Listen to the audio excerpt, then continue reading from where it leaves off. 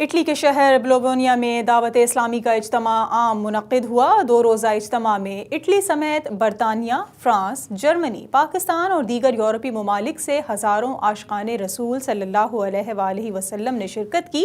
تفصیلات چودھری تنویر کی اس رپورٹ میں۔ بلوگونیا میں 2 روزہ اجتماع عام کے آخری روز ذکر مصطفیٰ کی خصوصی محفل کا بھی اہتمام کیا گیا۔ دعوت اسلامی کی مرکزی مجلس شورا کے نگراں محمد عمران اطاری نے خطاب کرتے ہوئے کہا کہ ہماری زندگی و آخرت کا دار و مدار عبادت پر ہے۔ اگر زندگی و آخرت کی فکر کرنی ہے تو دین اسلام کے ساتھ جڑ جائیں اور نماز قائم کریں۔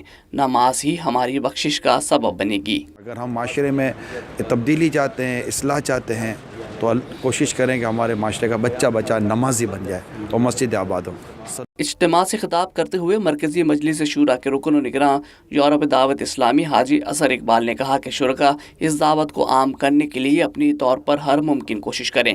اللہ کے دین کی دعوت کو عام کرنا اور سنت رسول صلی اللہ علیہ وآلہ وسلم کو عام کرنا ہر مسلمان کا فرض ہے، جس کا اجر اللہ ہمیں زندگی و آخرت میں دونوں میں دیتا ہے۔ ہم سنت رسول صلی اللہ علیہ وآلہ وسلم پر عمل کریں گے، انشاءاللہ دنیا بھی سنور جائے گی، آخرت بھی سنور جائے گی۔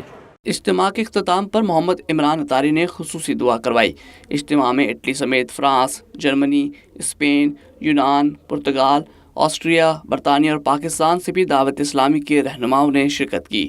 شرکاء میں لنگر بھی تقسیم کیا گیا۔ اٹلی کے شہر بولونیا میں دعوت اسلامی کا سنتوں بھرا اجتماع ہوا، جس میں یورپ بھر سے دعوت اسلامی کے مبلغین دین نے شرکت کی اور خصوصی خطاب کیا۔ Tanveer Irshad, voice of South Africa, Bologna.